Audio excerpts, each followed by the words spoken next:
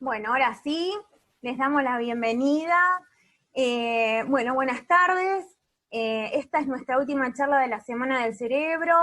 La Semana del Cerebro está organizada por SEA a nivel nacional, a nivel país, y en esta ocasión tenemos el honor de contar con la visita y poder escuchar a Marcela Torreblanca, de Junín, y nombro de dónde es porque realmente es un lugar de Buenos Aires al que adoro. También agradezco a Leticia, que es la que me contactó con Marcela, que está entre nosotros. Leti Baloco, eternamente agradecida. Para que conozcan un poco de la trayectoria de Marcela, les comento que es magíster en didáctica de las ciencias experimentales de la Universidad Nacional del Litoral, es licenciada en enseñanza de la biología de la Universidad KS, con mención en medio ambiente, diplomada en enseñanza de las ciencias de Flaxo, profesora en ciencias naturales, todo lo que es, psicopedagoga, maestra especializada en dificultades del aprendizaje, cursó la maestría en Ciencia, Tecnología y Sociedad en la Universidad Nacional de Quilmes, se desempeña como docente de nivel superior en psicopedagogía, entre otras actividades y funciones que está cumpliendo actualmente. Algunos de sus libros y publicaciones son Armando el Arbolito, sobre representaciones filogénicas, de editorial Universitas de Córdoba, El legado del salado, editado por la Cámara de Diputados de la Provincia de Buenos Aires, y Tan difícil pensar como Darwin, editado en España. ¿Sí? Marcela, un honor escucharte. Bueno, te paso el micrófono. Marcela está silenciada. No te escuchamos, Marcela. Ahí está. Ahí está. ¿Ahí? Sí. Bueno, tal, sí. Bueno, estudié toda la vida y bueno, eso demuestra también que tengo bastante experiencia y bastantes años. Sí, faltó por ahí decir que soy psicopedagoga también, Sí, que es un sí. poco lo que confluye esto, y bueno, hice el doctorado en didáctica, en educación en ciencias experimentales, y ahora hace aproximadamente un año que estoy tratando de armar una tesis, sería de postdoctorado, en lo que es el área esta de la neurociencia. Ahora, ¿cómo llegué a todo esto, no? En realidad yo empecé como profesora y siempre sigo trabajando de profesora, soy docente de biología, y en la parte de psicopedagogía empecé en informática educativa, de ahí que empecé también con cursos de inteligencia artificial en su momento, estoy hablando de los años 90, y luego un poco confluye, cuando estaba haciendo el doctorado, también empecé el doctorado en ciencias biológicas y informática, que es aplicado a la evolución, ¿no? Para hacer árboles filogenéticos, y ahí... Se silenció. Marcela, perdón, pero se silenció el micrófono. Ahí está. Ahí va. Sí, me di cuenta y no sé por qué, pero bueno, lo voy poniendo. Avísenme cualquier cosa, Sí, si se sí, escucha sí. bien. Yo te Yo interrumpo. ahora voy a pasar ya a compartir el PDF, donde es una presentación para que ayude, ilustre un poco, para que no sea solo mi cara medio borroneada, yo no sé si sale bien la imagen. Bueno, y les contaba también cómo llegué, de parte de los mitos, esto de hablar de la neurociencia, que la neurociencia en realidad no es una disciplina, no es una neurociencia sin ese, sino que podríamos hablar neurociencias, y es un campo interdisciplinar y abarca desde la neurofisiología, que nació a principios de siglo con Ramón y Cajal, ustedes lo recordarán, de del descubrimiento de la sinapsis, la neurona, y Camillo Golgi, que recibieron el premio Nobel a principios de los años del siglo XX. Los dos compartieron el premio Nobel, y los dos tuvieron una visión muy importante a esto que nosotros vamos a llamar después neuroplasticidad. Por un lado, Ramón y Cajal vio que las neuronas estaban por contigüidad, no por continuidad, o sea, no estaban pegaditas, sino que había un espacio sináptico. Y dijo que se conectaban en redes, o sea, en entramados, en circuitos que armaban redes. Y eso en su momento era una discusión y una dicotomía, como una pelea. Yo digo que están conectadas, yo digo que están por contigüidad, y bueno, y actualmente podemos considerar que sí, están por contigüidad, y a su vez forman circuitos que van a dar como resultado un entramado, una red. Bueno, después siguió, podemos hablar que la familia neuro se fue ampliando a medida de 20, surgieron, yo me anoté para acordarme todas las distintas disciplinas, neurobioquímica, neuroendocrinología, bueno, la neurohistología, que nació con Cajal, porque el estudio de los tejidos nerviosos. De la neurobioquímica podríamos nombrar, que yo acá tengo la pila del libro, pero no lo voy a mostrar todo, estas señoras muy simpáticas, que es la que descubrió Rita Levi Montancini, que era la que descubrió, sería en el área de la bioquímica y de la genética, neurogenética también, el factor de crecimiento de las neuronas, la señalización que tenían las neuronas para ubicarse en el lugar y cumplir la función específica que les tocaba. Bueno, todo eso es a mediados del siglo XX. Después surgen otras familias, la neurociencia cognitiva, porque también me olvidé de nombrar que al principio, en el siglo XX, también acá tengo los libros viejitos, que a mí me encanta conservar, de William James. William James es psicólogo funcional, uno de los padres de la psicología, junto con Wilbur Wundt, del estructuralismo, de otra corriente. Todo esto sucedía a principios del siglo. Fíjense que no se llamaba neurociencia en ese momento, sino que surge este campo así de interrelación en los 90. Y ahora vieron que habían hablado de la década del cerebro, se había hablado en la década del 2010, creo que fue del 2000 al 2010. Y bueno, también la neurociencia, que es esto que explora las redes neuronales, y también todo lo que está relacionado con las neuroimágenes, las técnicas, ciencias que estudian la posibilidad de interpretar y de innovar en este campo de las neuroimágenes, que es. Y estos se van nutriendo entre sí y están interrelacionadas. Y bueno, y ahora, esto que por ahí vamos a hablar un poco, que hay una gran discusión, y más que nada del lado de la neurociencia, de los científicos, digamos, que están dentro de lo que se llama ahora neurociencia, sobre si existe o no ese campo o algo identificable como neuroeducación, o es también un mito, ¿no? Ahora, ¿qué es un mito? ¿De dónde sale esta idea de un mito, no? Voy a ir poniendo acá para a ver si se ve.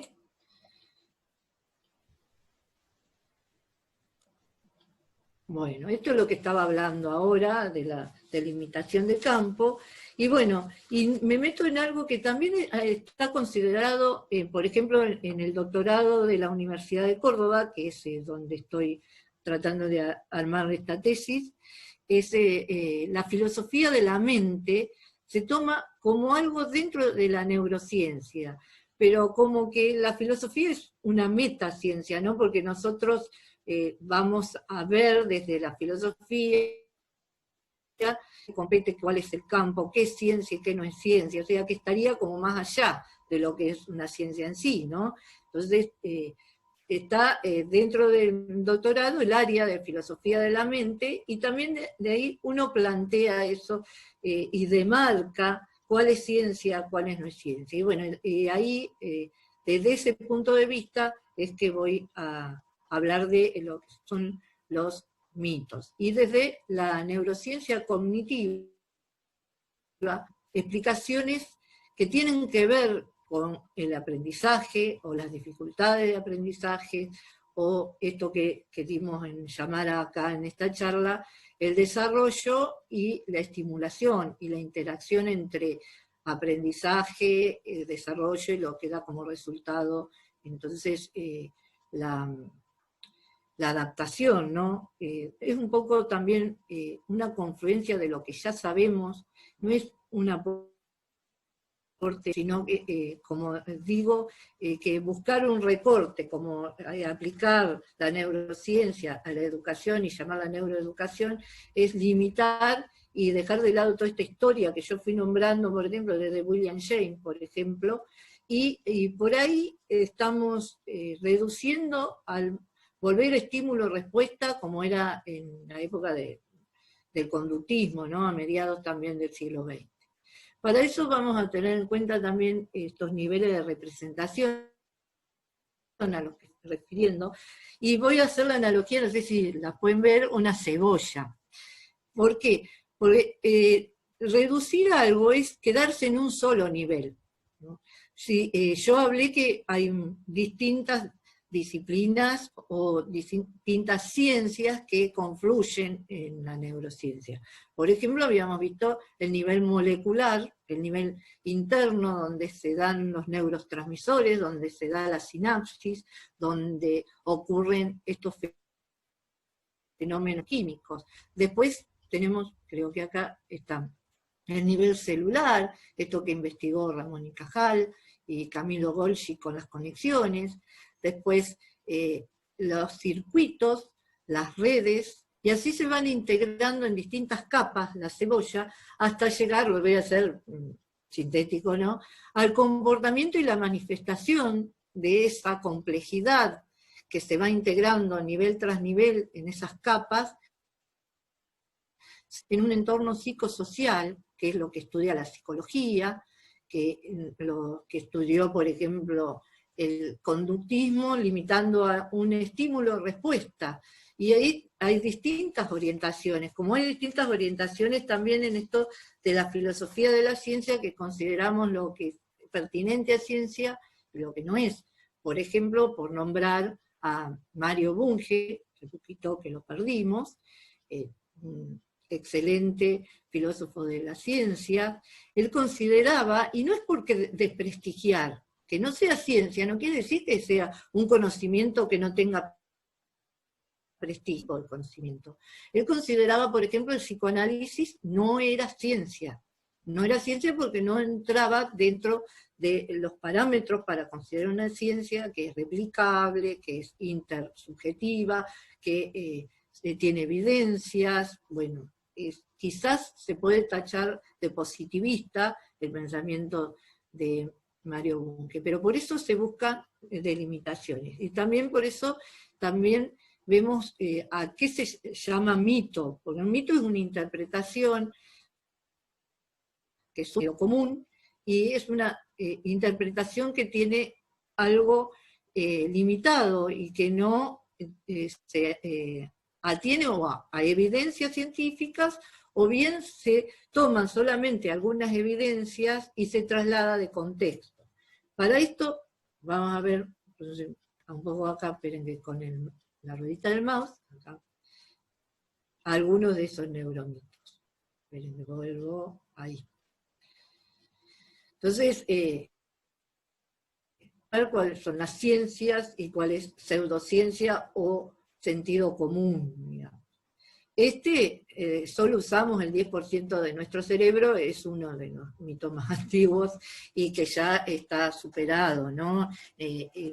Con esto de las redes y el conexionismo sabemos que se integra, y ¿De dónde surgió este mito? Bueno, puede ser de pensar que todavía no conocemos todo el funcionamiento del cerebro, ni siquiera creo que conocemos, pero también puede ser que no todo es consciente, que hay el mayor porcentaje por ahí de nuestras decisiones y de nuestros pensamientos, por ahí surgen y tienen un resultado a lo mejor consciente, pero los porqués son inconscientes, ese manejo que está como un iceberg, ¿no? Que la mayor parte está por debajo de nuestra conciencia, lo que es inconsciente que estudiaba Freud, por ejemplo, o lo que se estudia en la psicología cognitiva, las intenciones que surgen o las decisiones que se toman de manera automática y que surgen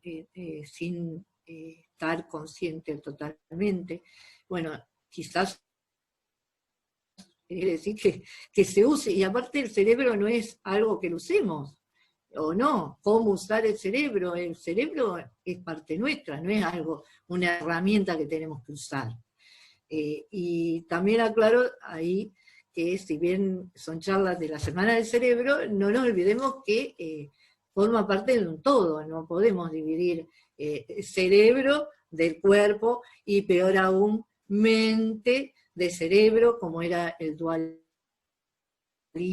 que también con la neurociencia se intenta superar. Fíjense que antes existía el neurólogo que se ocupaba del cerebro y el psicólogo que se ocupaba de la mente, o el psicoanalista de lo inconsciente, todo así como cada uno con su partecita. Lo que se intenta ahora es esa interdisciplinariedad para poder comprender y para poder entender, porque son fenómenos complejos, no se puede reducir. Uno para estudiar reducir, pero para poder después aplicar algo no es así. Por eso que no existe una neuroeducación separada de lo que sería la educación en general. Bueno, otro mito, me estoy adelantando. Bueno, este es el mito de los... Si bien esto surge también de las localizaciones cerebrales, que esto es histórico y más lejano en la historia que la época de Cajal, ¿no? Si no era en la época que buscaban, que creo que después están lo de la explicación de la localización. Cada cosa, cada función tenía una partecita del cerebro a la que se encargaba, y se descubrió, entre comillas, que había un hemisferio dominante, porque es el que regula la parte contraria del cuerpo, por ejemplo el hemisferio izquierdo regula la parte, pero somática, ¿no? Motora y sensitiva del cuerpo del otro lado.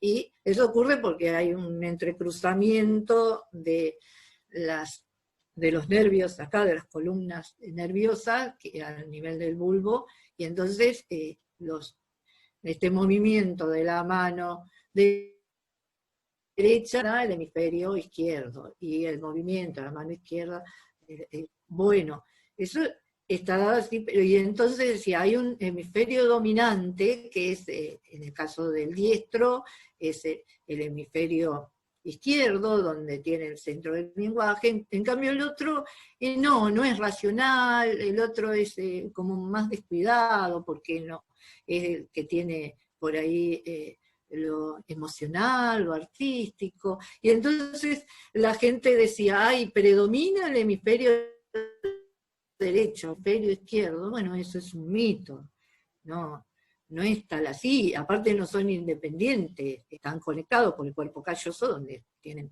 que hay una patología cuando no existe el cuerpo calloso por una lesión o en algún accidente se ve afectado, se ven afectadas muchas de las habilidades, muchas de las competencias de esa persona por esa falta de unión entre los hemisferios cerebrales.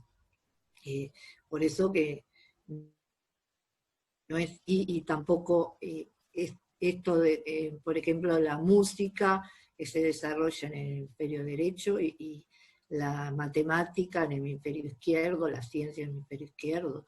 No es tal así, porque la música tiene también su parte de lógica, razonamiento, y aparte cada hemisferio también tiene en la parte del oír, está en cada uno de los hemisferios, no es que está en uno solo. El biótico de este lado tiene que ir para el otro para conectarse donde está.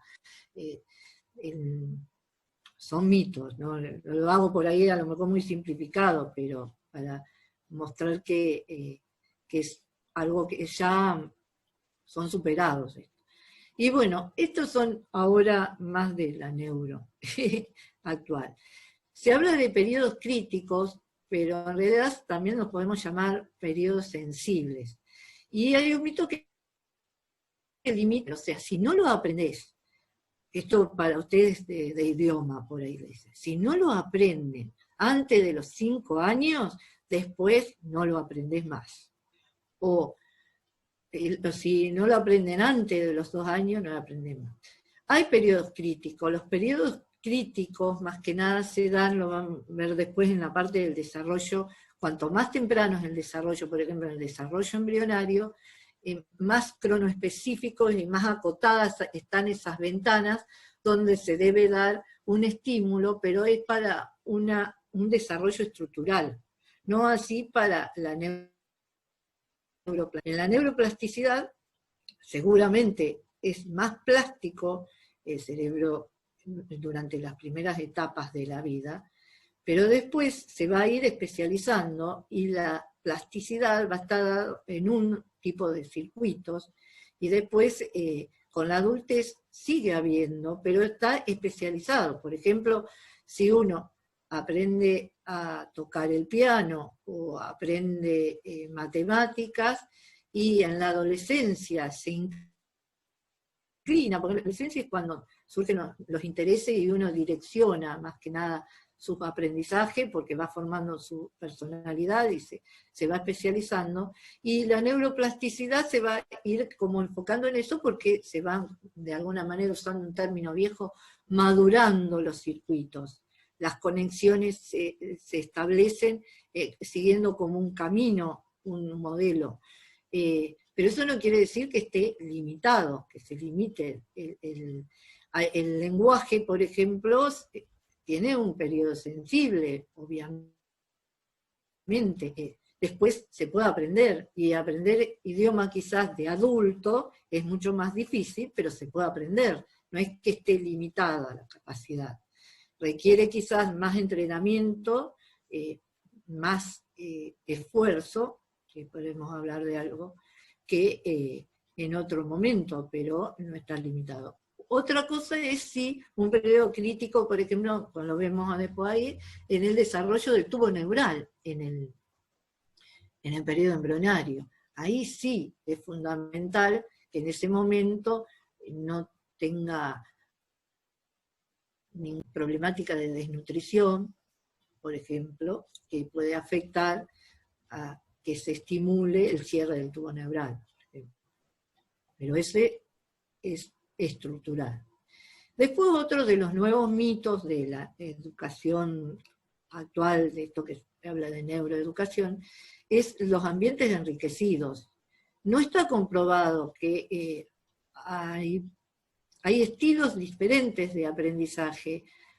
Generalmente algunos están estudiando, por ejemplo, lo habrán pasado, algunos estudiaban todos encerrados en una habitación, sin ruido, sin nada. Otros, como yo, estudiamos con la música, o estamos acostumbrados a tener, como nosotros, un procesamiento paralelo de la información y poder separar después cómo funciona, esta es la analogía, cómo funciona Windows en la computadora, o ahora los celulares. Yo por ahí estoy medio vieja con este asunto, y nombro Windows, que es multitarea. Uno puede trabajar multitarea. Otros se han formado en una línea de aprendizaje que necesitan concentrarse y no tener un ambiente con múltiples estímulos. Están más enfocados. Y igual esa persona en un ambiente multiestímulo se enfoca quizás en un rincón, en un lugar donde está lo que le interesa, y aprende lo mismo. No es necesario que tenga que tener en una sala un jardín de infantes, por ejemplo, con juguetes, muchos colores, muchas luces. No, es un mito que se va a aprender más así o no, no hay evidencia de eso. Después, vamos a esto. Bueno, es un mito, acá creo que también lo traje, lo tengo, es muy bueno leerlo, el libro de Gardner. Este es el viejo, de la teoría de las inteligencias múltiples, pero para la neurociencia se considera un mito porque no hay un correlato neural de esto.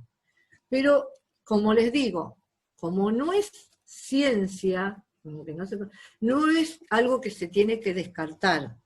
Lo que sí está mal a veces son las interpretaciones que se le dan.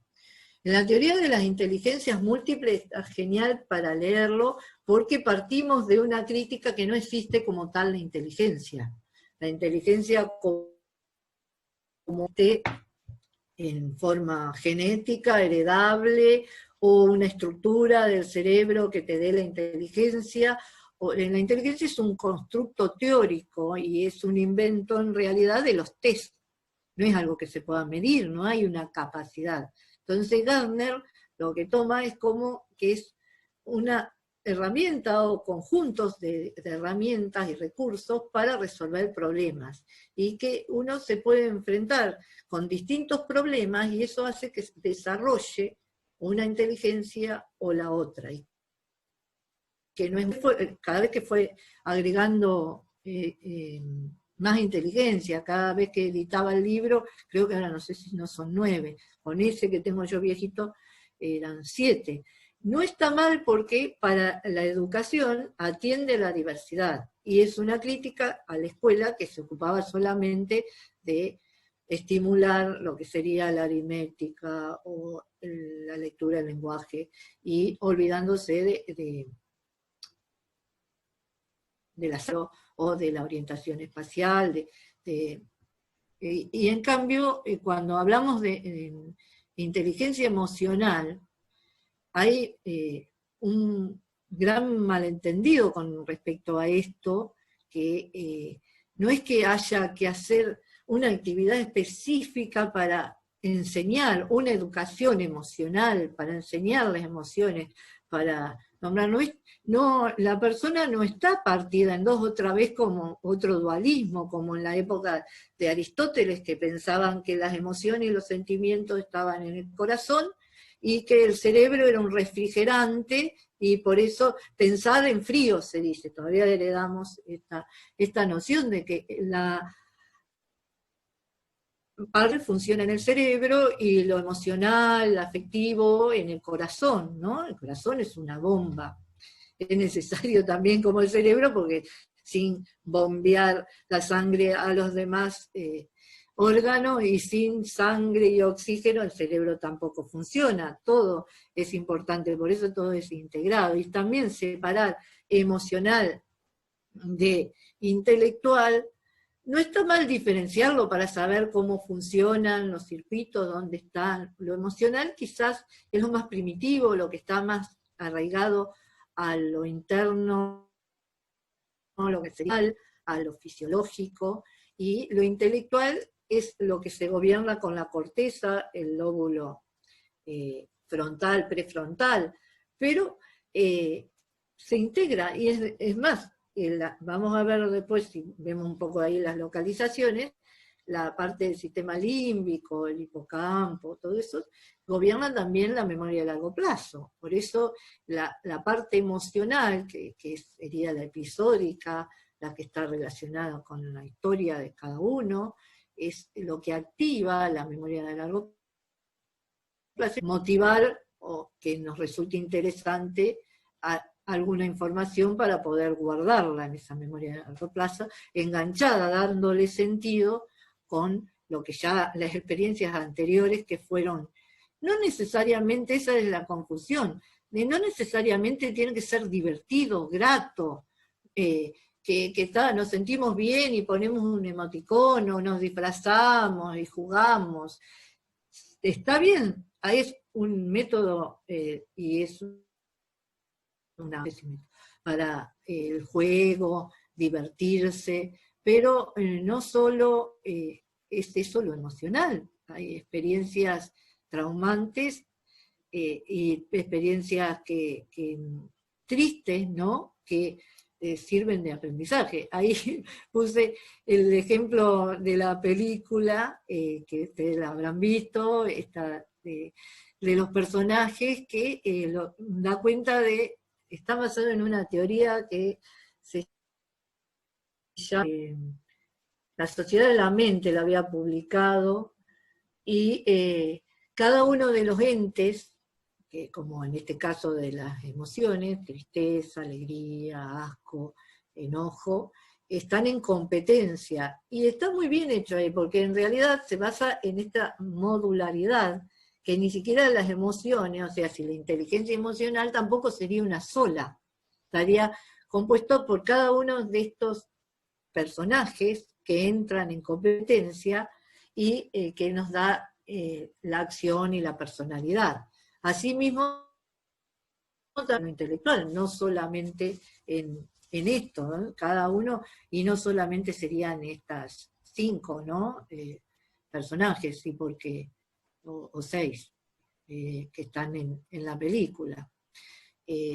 Sino que podría haber cientos de cada uno de estos personajes que entran, y en el conexionismo cada uno de estos formaría un nodo que se interrelaciona con el otro, y entran en competencia por, digamos, por la carga cada uno de los nodos, no la carga emocional, sino sería la carga de información, y entonces es la que va a prevalecer, ¿no?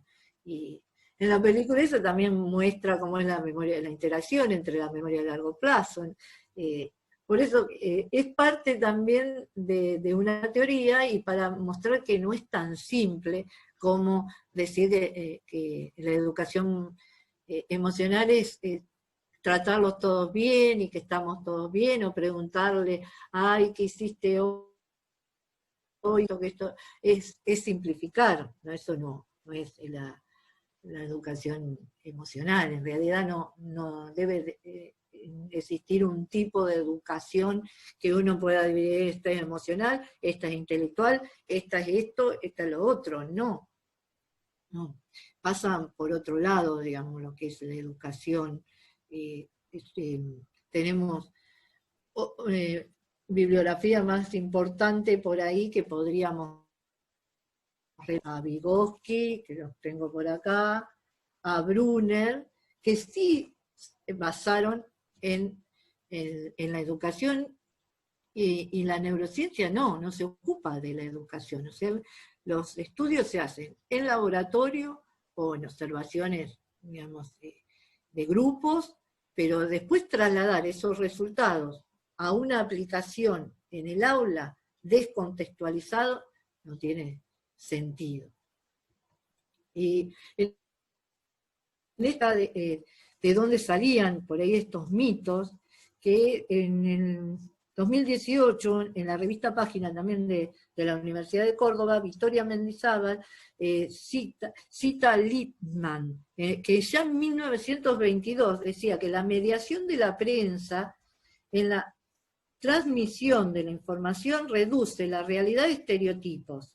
Los medios de comunicación filtran los acontecimientos de la manera en que serán percibidos por la población, y esto surge a través de una hipótesis de marco o frame. O sea, se hace un reco, se seleccionan hechos, como estos resultados del laboratorio, y palabras claves, imágenes, representaciones, se extrae de ese contexto y se interpreta en base a otro encuadre, con un recorte, poniéndole énfasis a algo, según necesidades, según aplicaciones. Por ejemplo, en este caso, la búsqueda de una receta en alguna situación educativa en particular.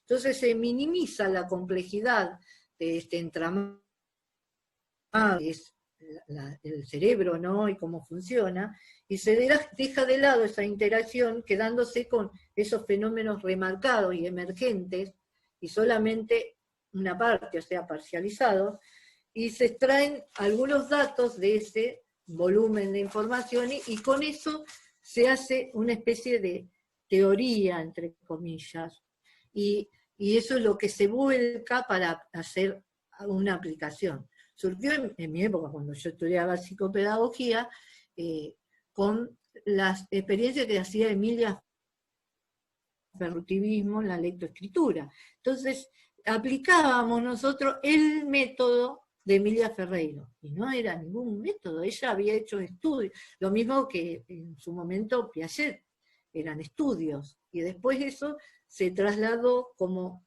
un método o estrategias de aplicación. No es que no haya dado resultado, no. Piaget siempre decía que el niño aprende a pesar del método y del maestro, ¿no? Y bueno, él nunca hizo un estudio de la mediación, lo nombraba recién Vygotsky o Brunner, que sí hicieron un estudio de la mediación y de la educación. Si va a existir un estudio a través de la neurociencia, todavía es muy pronto como para decir que hay una línea, que hay una aplicación en educación como para hacer un campo de esto. Es desde mi punto de vista, y no solo de mi opinión, sino de lo que se piensa de esta gente, por ejemplo, de la línea que estoy estudiando en la Universidad de Córdoba. Ya, no me voy, si se me hace muy largo y los aburro, díganme. Bueno, y esto es más de ustedes. No nos estamos aburriendo, pero tenemos una hora. Sí, por las dudas yo te aviso. Sí, me voy con este, que es el que les interesa también especialmente, porque vi más o menos lo que alcancé a leer de la gente que está acá, es lo de ustedes. Bueno, de esto también, es un gran mito, también está relacionado con eso de los periodos, ¿no? O sea que el lenguaje natural, nosotros cuando nacemos, no nacemos con el área de Broca armada, el área de Wernicke, que después paso rápido esto, sino que se van a desarrollar en el cerebro a medida que uno va aprendiendo, mediante los estímulos, va a ir aprendiendo y se van a ir armando estos sitios donde va a procesarse el lenguaje natural. Después, el lenguaje escrito no lo traemos por evolución en la gente. También va a usar lugares del cerebro que están destinados por ahí al espacio, la orientación espacial, espacio temporal. Y bueno, y el segundo idioma, cuando no es aprendido como lenguaje natural, porque el nene cuando, por ejemplo, está en un lugar bilingüe, y entonces aprende como lenguaje natural, puede aprender varios idiomas, no es como un segundo idioma, sino que es multilingüe. Y entonces es diferente también en su historia personal. Yo no soy ejemplo de nada, pero a mí me cuesta muchísimo la pronunciación en inglés, ya lo han notado por ahí cuando pronuncié alguno, y yo aprendí de grande, y uno tiene que pensar. Yo, por ejemplo, quiero decir, no sé, se me ocurre, pencil, y primero pienso en lápiz. Yo tengo la representación primero en lápiz y hago la traducción. O sea, tengo que hacer, seguramente en mi cerebro está poniéndose en juego otros circuitos y otra parte del cerebro donde está localizada la traducción, que en inglés lápiz se dice pencil. Y aprendí, sí, no sé, ya me olvidé cómo se dice lápiz, portugués, entonces también hago toda la conexión. Lápiz en castellano se dice así, en portugués se dice así, en inglés se dice así. Y así yo puedo aprender todos los idiomas que quiero, porque depende también de la estimulación y del interés.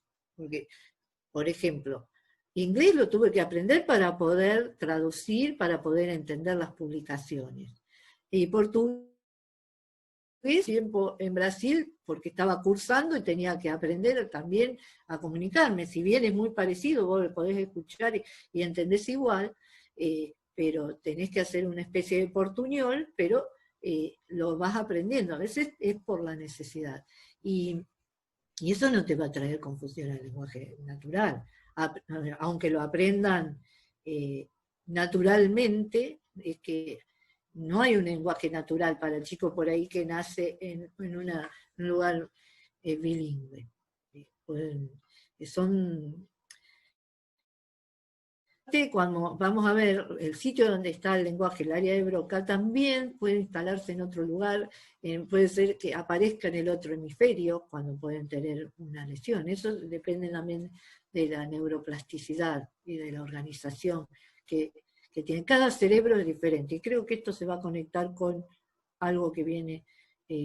Bueno, esto ya lo había dicho más o menos, que por ejemplo, dicen que para aprender a estudiar, ya sea hay que leer en voz alta, porque te entra más. Tampoco. No tiene sentido. Alguien puede aprender más fácil escuchando, otros mirando, otros leyendo, y eso depende también del momento. Por ejemplo, cuando son pequeños aprenden por imitación. No se descarta ninguna modalidad de aprendizaje por decir esto no sirve, esto sirve para esto, pero para esto no. Como hay diversidad de cerebros, hay diversidad de modalidades de aprendizaje. Y esto también es lo que quería decir, que de respeto, acá que está el ejemplo, que la mujer, fíjense, tiene la ropa, el hombre el sexo. Todos los cerebros son diferentes porque las conexiones se van estableciendo según la experiencia, por eso cada uno es yo y mis circunstancias. Y no es que haya un cerebro femenino ni un cerebro masculino, ni que el cerebro femenino esté más preparado para cuidar hijos y para, no sé, resolver problemas cotidianos que hacen a hacer la comida, y el del hombre no, es más abstracto para la aritmética, para la contaduría o la abogacía, nada, es también un mito. Bueno, y esto también más o menos lo había dicho respecto al uso de la neuroeducación, o sea, de estandarizar para todos igual y no tener en cuenta la diversidad y el contexto, daría como resultado como esta prueba, que quieren hacer una pruba a ver quién es más capaz de todo de trepar un árbol. Imagínense, pobre el pececito, o la foca. Entonces, esto de no tener en cuenta genera la meritocracia, como diciendo que uno favorece a cierta gente que tiene esas capacidades. La idea de esto proviene de considerar la inteligencia como una capacidad, o hablar de capacidades diferentes. No viene uno con capacidades como para llenar una cabeza vacía donde hay que meterle cosas para llenarla. O sea, acá estaría un poco la explicación, no está todo determinado en los genes, uno trae los genes como un programa que tienen que desarrollarse, pero se desarrolla en interacción con un entorno. Al principio el entorno que tiene dentro de la panza de la mamá, y después el entorno social. Primero, vamos a ver, creo que está lo de... No sé si alcanzan a leer, no leo para no seguir perdiendo tiempo, lo mismo que estoy diciendo, más o menos con otras palabras lo dice ahí. Y en esto llegamos a lo que es la por ahí vuelvo un poco a relacionar con los mitos, ¿no?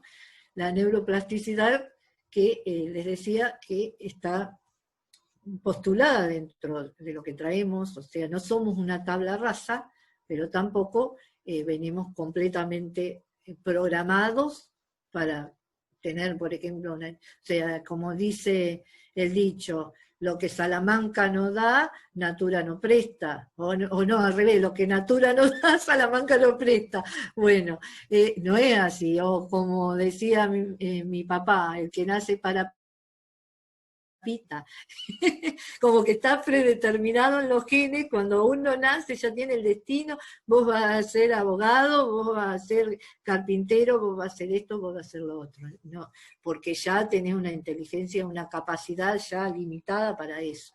No, no es así. El enfoque que voy a desarrollar por ahí, voy a comentar, no desarrollar, es un enfoque ecológico, donde uno tiene que ver con el contexto. Uno, si no hubiese sido, ay, si yo hubiese nacido en China, o yo si hubiese nacido en tal lugar, si hubiese nacido en África, no, no sería yo, porque uno es el resultado de la personalidad de esa confluencia y de esa interacción. Entonces, el desarrollo tiene que ver con esa interacción genética-ambiente. Los genes necesitan estímulos para ser activados y para poder llevar a cabo. Y esto es un programa cronoespecífico, que quiere decir que está determinado con un tiempo, que es lo que da esos periodos críticos, esas penas que son específicas para el desarrollo. Y lo que lleva a esto es a considerar que la neuroplasticidad es parte de la adaptación. Entonces, el aprendizaje, y como consideraba Piaget la inteligencia, que lo daba como sinónimo de aprendizaje, es esa adaptación. Y lo que uno lleva con el medio, ¿no?, es un equilibrio dinámico, que ese equilibrio, si sería estable no aprenderíamos nada. Tiende a romperse, uno necesita la estimulación para poder volver a lograr ese equilibrio dinámico. Y bueno, ya lo dije, la neuroplasticidad es la base de aprendizaje y se basa en la construcción de conexiones, ¿no? Y también acá, desde el punto de vista del conexionismo, va a adaptar la red, la estructura del cerebro, de acuerdo al entorno. Entonces, está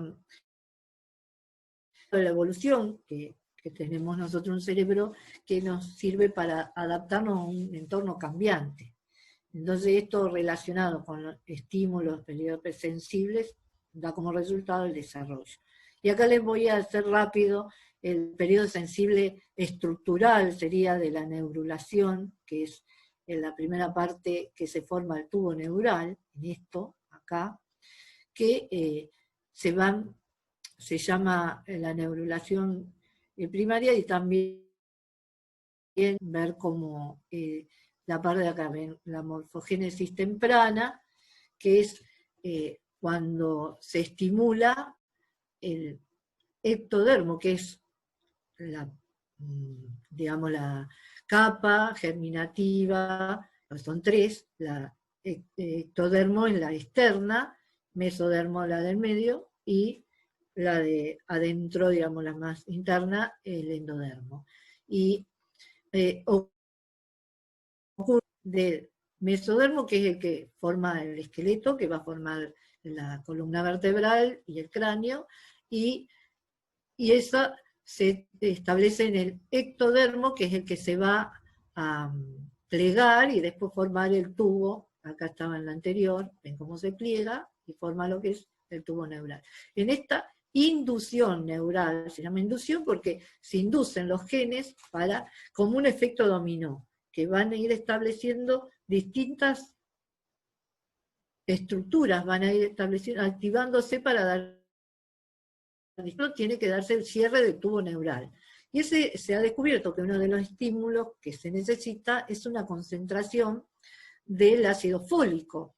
Cuando falla esa concentración puede traer problemas de malformación. Y según en el estadio que ocurre cuando, por ejemplo, lo grave que sea, si cierra completamente o no cierra completamente, o sea, que no se forma ninguna estructura, queda abierto, no se puede formar el cerebro, las vesículas, directamente no es viable, se pierde el nacimiento, no llega, se pierde el embarazo, quiero decir.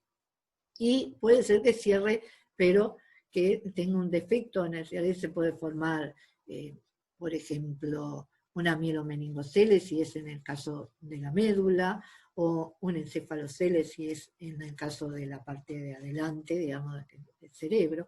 Y bueno, esos son periodos, sí, son periodos que hablamos críticos, porque forman estructuras básicas.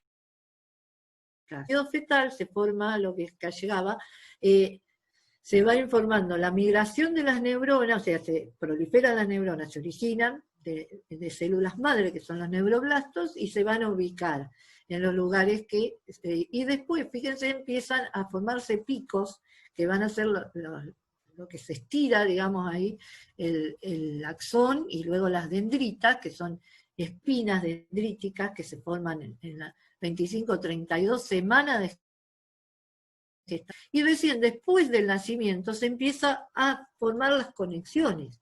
Cuando nace, fíjense que acá tengo un dibujito, esto sería lo que va pasando, ¿ven? Los 25 días, el tubo neural, se forman las vesículas, acá a los 100 días, bueno, a los 9 meses, cuando nace, o sea, 9 meses, tiene el cerebro casi, digamos, ahí la estructura parecida, pero no está formado, falta el 70% de las conexiones. ¿Y qué ocurre acá? Bueno, todo esto se desarrolla en base a esto.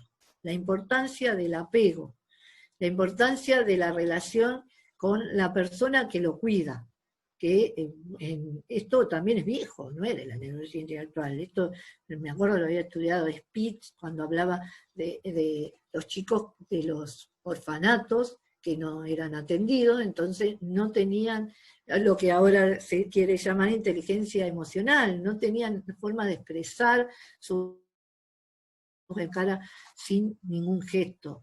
Y tenían problemas después de socialización, porque esto es importante que se realice con la persona, es con una sola persona, y es bidireccional, porque por ejemplo, ellos antes ponían la madre, pero la madre podría ser también la que lo cuidaba en el orfanato, y que tenía que ser siempre la misma, no que por hora cambiara, ¿no? Y entonces el vínculo no se podía dar. Esta teoría del apego, que es sea hombre, mujer, joven, viejo, no importa, es una sola persona que cumple esa figura, llamámosle figura materna, o la figura de reflejo, digamos, que tiene que tener en apego, que es la que le va a dar los primeros estímulos para formar las conexiones de base. Es tan importante, por eso que el mito de esto de no respetar por ahí el periodo sensible, y a los bebés, por ejemplo, estudios que hacen, que le ponen para escuchar, para que aprendan a hablar distintos idiomas cuando son bebés, no, porque lo que necesitan cuando son bebés es esto en los primeros días, el estímulo, y ahí sí podríamos hablar más de lo afectivo, ¿no? Y este es el periodo crítico de desarrollo, no para el desarrollo del lenguaje, por ejemplo. Bueno, esto de las localizaciones, acá les decía de dónde empezaba, con Joseph Gall, y acá ven Broca y Wernicke, que son los dos del lenguaje, y bueno, esto también tiene que ver con el desarrollo del lenguaje que se da en esos primeros meses, empieza desde el nacimiento, y se van a establecer en distintas áreas. La de Broca, que es el área donde y la de Wernicke, que es el área sensitiva, que es de la interpretación. Esto cómo se sabía antes, porque había gente que tenía lesiones y luego le hacían autopsia y decían, mira, el pedacito de cerebro que le falta justo está en este lugar. Y esta persona era muda. ¿Ves? Entonces ahí está el área donde se rige el lenguaje hablado. Así era antes. Ahora, por suerte, están bueno, estas son distintas áreas de localizaciones, porque había también una división de buscar cada una de las localizaciones, y otros no, que era global. Y estas son de la tomografía de emisión de positrones, ahora nos muestran, ven cómo es, mirando palabras, escuchando palabras, pensando las palabras, diciendo las palabras. Los lugares que se iluminan son los lugares donde más oxígeno hay, donde más energía hay, entonces son las zonas que se está procesando. Y acá sería mirando las palabras, y ver los circuitos que se van formando. escuchando, ¿ven? En la parte acá donde estaría la parte del oído, el sentido del oído, diciendo en el área de Broca.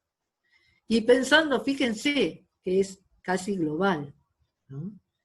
Y bueno, y acá en las emociones les quería mostrar un poco las áreas que están implicadas en el cerebro en la evolución, el más antiguo que compartimos con los otros vertebrados y también con algunos invertebrados. Y otras impresiones emocionales están acá en el tálamo, en el hipocampo, todo lo que se llama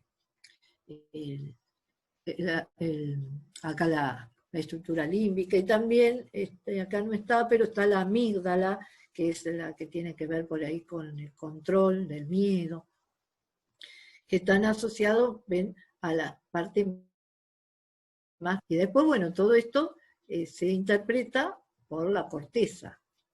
No es que están separados cada una de las áreas. Bueno, otro de las teorías es la modularidad, de que cada parte del cerebro es como un módulo y cada uno se ocupa de algo como si fuese esta, no sé cómo se llama, navaja suiza, ¿no? Que tiene distintas herramientas para cada cosa, pero que está en uno solo, ¿no? Como que si tendría no una sola. Y cada una de esas se ocupa, por ejemplo, de una de las palabras habladas, de otra palabra escrita, otra así como vimos en la referencia de las neuroimágenes. Y por otro lado están las redes neuronales, que no son separados, incompatibles, sino que las redes neuronales, acá nos muestra una neuroimagen que se llama conectoma, que se toman con otro tipo de tecnología muy parecida a la de... Acá nos muestran en distintos colores cuando están los circuitos, muestran las redes y los circuitos. Todo esto parece un cuadro abstracto, es lo que se interpreta de cómo está pasando la energía por los axones de las neuronas. Y para mostrar otra parte que tiene que ver con esto de lo emocional y del aprendizaje que no es, digamos, totalmente intelectual, voy a hablar acá para mostrar las neuronas espejo, que da pie a una vieja teoría que era el aprendizaje vicario, el aprendizaje por imitación. Por ejemplo, acá está ver que si la mamá habla por celular, en él también, o sea, la manera de caminar, todos los aprendizajes se hacen por imitación, que era el que había postulado hace un tiempo, Albert lo dice, y creo que lo tengo más ampliado acá. Por ejemplo, la personalidad se forma por modelación, decía así, esa modelación tiene que ver con ese aprendizaje vicario, y también tiene que ver con un ir y venir de los factores ambientales, los cognitivos internos y el comportamiento y la conducta, que a su vez se modifica, ¿no? El comportamiento modifica al ambiente y a su vez el ambiente modifica al cerebro o a la mente. En este caso lo doy como... Bueno, esta es la representación de lo que es el conexionismo y lo que está ahora en investigación en la neurociencia actual, la neurociencia cognitiva actual. Y un poco, y me voy apurando porque me faltan 2 minutos, la hipótesis de la mente extendida, o sea, ver que el cerebro primero estaba dividido, vieron el dualismo, cerebro-mente. Ahora vemos que podemos ir más allá de la mente, más allá del cerebro, quiere decir con una mente como una emergencia de la actividad cerebral, y actuar en el entorno psicosocial, en ese sistema complejo de relaciones, o sea, ahora mis circunstancias pueden ir más allá de lo que es la mente física, ¿no? Sino que yo puedo tener esa interacción con las redes, porque uno de los mitos también decía que como que el cerebro no está preparado para las redes sociales. En realidad, el cerebro no es que esté preparado para algo. O sea, como les decía, nacemos con ese 70% para desarrollar, y de acuerdo a cómo interaccionamos en ese ambiente, de acuerdo a cómo nos educamos, vamos a desarrollar el cerebro. De acuerdo a cómo actuamos en ese ambiente, como decía Bandura, ¿no? En esas interrelaciones, es como se va a modificar. Cada cerebro es único, ni siquiera los gemelos que tienen la misma composición genética van a tener un cerebro igual, no, ni aunque estén en el mismo ambiente, no les va a pasar lo mismo. Y bueno, lo importante en esto es que existe la interacción, y espero que algo les quede lo que estoy diciendo, y bueno, que de la mente ahí. Podemos hablar de esto, que sería para otra charla, ¿no? Las prótesis mentales es lo que yo estuve estudiando en inteligencia artificial para el caso de la educación especial, por ejemplo, para discapacidades motoras, tener prótesis para manejar la computadora y también prótesis mentales para el hecho de poder pensar. Por ejemplo, en ese momento era el lenguaje logo y ahora está la robótica educativa y el lenguaje modular.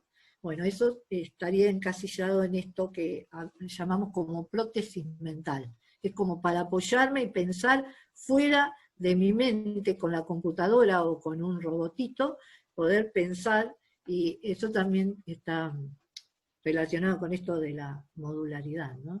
Y la realidad extendida, bueno, esto ya está más en los medios, de eso de vos comprás un librito y podés tener una aplicación en el teléfono y podés ver un dinosaurio adentro de tu habitación, está con la realidad. Otras maneras de aprender que están en estudio. Bueno, si lo queremos encasillar como neuroeducación, está bien, pero no, lo que yo digo que no hay que limitarse, no hay que limitar de decir, no, ahora todo esto es viejo, no sirve, no, Piaget, Vygotsky, no, acá esto. No, lo que hay que, no hay que dejar de lado toda la historia de lo que traemos de la psicología, de la pedagogía y de la neurociencia en sí, ¿no? Tener esto y no dividir ni reducir la realidad y ni querer hacer recetas acotadas y light de algo que es complejo, y no hay receta. Todo esto queda, bueno, acá lo pongo, esto es pertinencias que son fruto de esto, de reduccionismo, de descontextualizar, de ver las cosas, trasladarlas de un contexto que es de laboratorio y querer aplicarlo en situaciones estandarizadas, ¿no? Porque no es lo mismo acá en Junín, una escuelita rural, que de allá de una escuela de caseros, o en Formosa, como vi que había gente en Formosa, no es lo mismo eso que veíamos de proponerle algo al pececito, al mono, al elefante, y proponerle lo mismo, ¿no? Y encasillarlo como que no son capaces porque no pueden subir a un árbol, o porque el mono es muy inteligente porque puede subir al árbol, ¿no? Corremos ese riesgo y volver, como decía también, creo que William James buscar algo, no sé bien cómo es dicho, o sea, un vino viejo en vaso nuevo, o sea, adornar algo que es, en realidad es un supuesto conductista, esto de la estimulación y tener una respuesta ya como prefijada o acotada y ahí tan fácil, ¿no? No. Eso es el riesgo de poder llamar neuroeducación y lo que volvemos a hacer es conductismo, otra vez, y no tener lo complejo de la situación. Bueno, espero que bueno, esto sería como que hay distintas modalidades de aprendizaje, que no hay que descartar las posibilidades, y todo lo que uno tiene sirve. Y ahora lo estamos viendo con esto, que el aula se trasladó a nuestras casas y que estamos buscando la manera, con esfuerzo y con buena voluntad, de poder transmitir el conocimiento y poder, más que transmitirlo, para compartirlo, para que puede, ¿no? Con su singularidad. Bueno, ahí llegué. Bueno, Marcela, muchísimas gracias. La verdad que, bueno, un honor haberte escuchado. Muchas gracias también a todos los que estuvieron con nosotros. Yo siempre digo en todas las charlas a los que vinieron, y realmente es a los que se conectaron. Bueno, les agradecemos mucho y deseamos que tengan una muy linda noche y semana, ¿sí? Muchísimas gracias a todos.